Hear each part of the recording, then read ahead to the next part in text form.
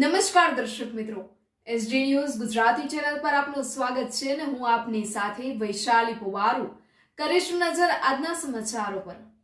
Bharuch જંબુસરથી Jambusar depot વિસ્તારમાં વરસાદી કાંસનો slab તૂટતા દુકાનદારોમાં રોષ, નગરપાલિકા સામે આક્રોશ। જંબુસર શહેરના ડેપો વિસ્તારમાં આવેલ ડિલક્સ શોપિંગ સેન્ટર આગળ લગાવવામાં આવેલ વરસાદી કાંસનો સ્લેબ તૂટી પડતા દુકાનદારોમાં રોષ જોવા મળ્યો છે। સતત ફરિયાદો બાદ પણ નગરપાલિકા દ્વારા કોઈ પણ પ્રકારની કાર્યવાહી કરવામાં આવી નથી। દુકાનોએ ખરીદી કરવા આવનારા ગ્રાહકો માટે હવે કાંસ ખતરો બની ગયો છે।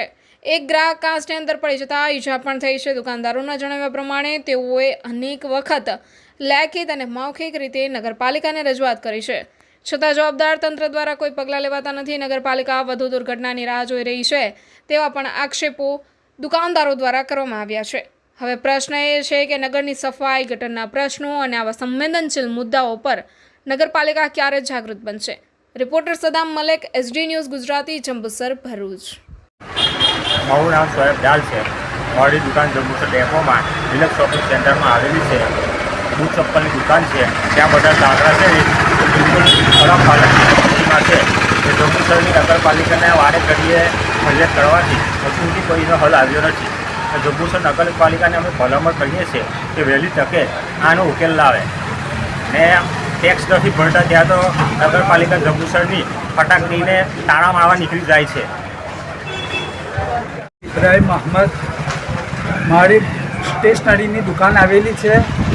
વરસાદી કાંસનું ઢાંકણું બિલકુલ તૂટી ગયેલું છે અને ખરાબ સ્થિતિમાં છે। કઈ જણાવો અંદર પડી ગયેલા છે।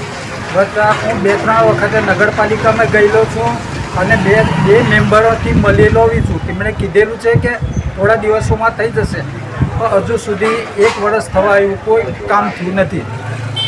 મહેરબાની કરીને એને વહેલી તકે ઠીક કરવાની કોશિશ કરો, જેથી છોકરાઓનું ભવિષ્ય, આગળ સ્કૂલો ખુલે છે, જેથી છોકરાઓની અવર જવર વધારે રહે છે અને સંપૂર્ણપણે એને ઠીક કરવાની કોશિશ કરો। ડિલક્સ શોપિંગ સેન્ટરની આસપાસ જે વરસાદી કાંસના ઢાંકણાઓ છે જે હાલમાં જર્જરિત હાલતમાં છે, તેની અમારા પાસે માહિતી મળેલી છે, તો જેની ટૂંક સમયમાં નિરાકરણ આવશે એવું અમે નગરપાલિકા દ્વારા પ્લાનિંગ કરવામાં આવ્યું છે, જેથી ટૂંક સમયમાં એનું નિરાકરણ લાવી દઈશું। ઠીક છે।